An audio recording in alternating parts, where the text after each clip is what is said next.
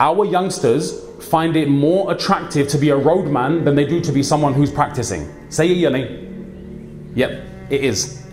What is the allure? What is the temptation? What is the thing that attracts? It's something which is normally false. But if we as a community have not shown them that side, then if they're not aware of who they're supposed to follow, who is it they're going to hold in high esteem?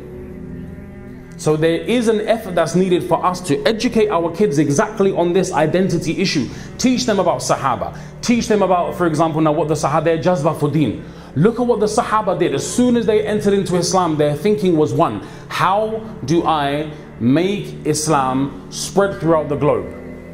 How do I make effort for my community, strengthen my community? That leaf we need to take out of the book. Our youngsters need to be inspired, and that is the identity we need to be able to give them, that you have an identity. Islam has produced the golden thinkers of the past. When we talk about the golden age of Islam, we boast about it. Muslims were at the technological, educational advancement of every single sphere. Science, technology, and every other thing. They held on, the deen was number one. But they did these other advancements as well. So we need to have the best of both worlds. We're encouraging the best of both. You can't think like a minority, you have to think longevity. So identity, because a lot of youngsters, they have an identity complex. Now some of you may be thinking, well, no, this sounds way above your pay scale, mate. This sounds well above your head.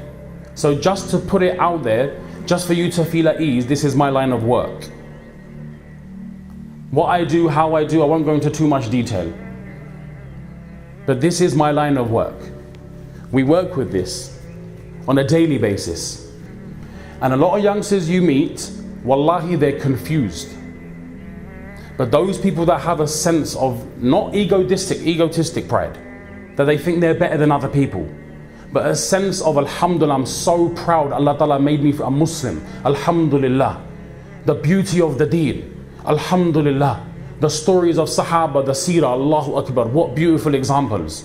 If we don't share it, and this is why our ulama are pulling hair out of their head, they say, start ta'aleem at home. For this reason, turn off the dramas, turn off the other things, na'udhu billah, and focus, spend some time as a family unit. Human beings are not carved. Buildings are carved. Wood is carved. Human beings are nurtured and made. You can produce finances, but hats off to that person that can raise and produce a good family. And this is why the Prophet ﷺ, he mentions, مَا نَحَلَ وَالِدٌ وَلَدًا أَفْضَلْ مِنْ أَدَبٍ حَسَنٍ. If you really want to leave behind a legacy for your children, it's not in dirham and dinar, it's not in crypto and currency, it's not in land and houses. The best thing a parent can give for their child, wallahi, is to make them a believer and to give them good akhlaq. That money won't save us. So it's priorities. Working on the belief and the aqeedah. And you know the thing is like this. We have approximately, how many minutes? 5? Cool. The issue we've got, if you don't take time out, iman is not something like a light bulb you can turn on and turn off.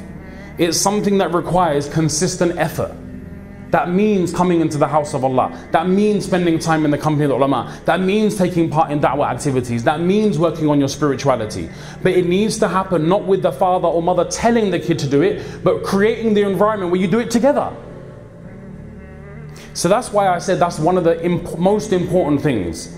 If shak enters into the heart, they then close off because they think your channel is not correct. They take athar from someone else. If I walked in here or anyone walked in here with a broken arm, what would we say? This person's what? Physically ill.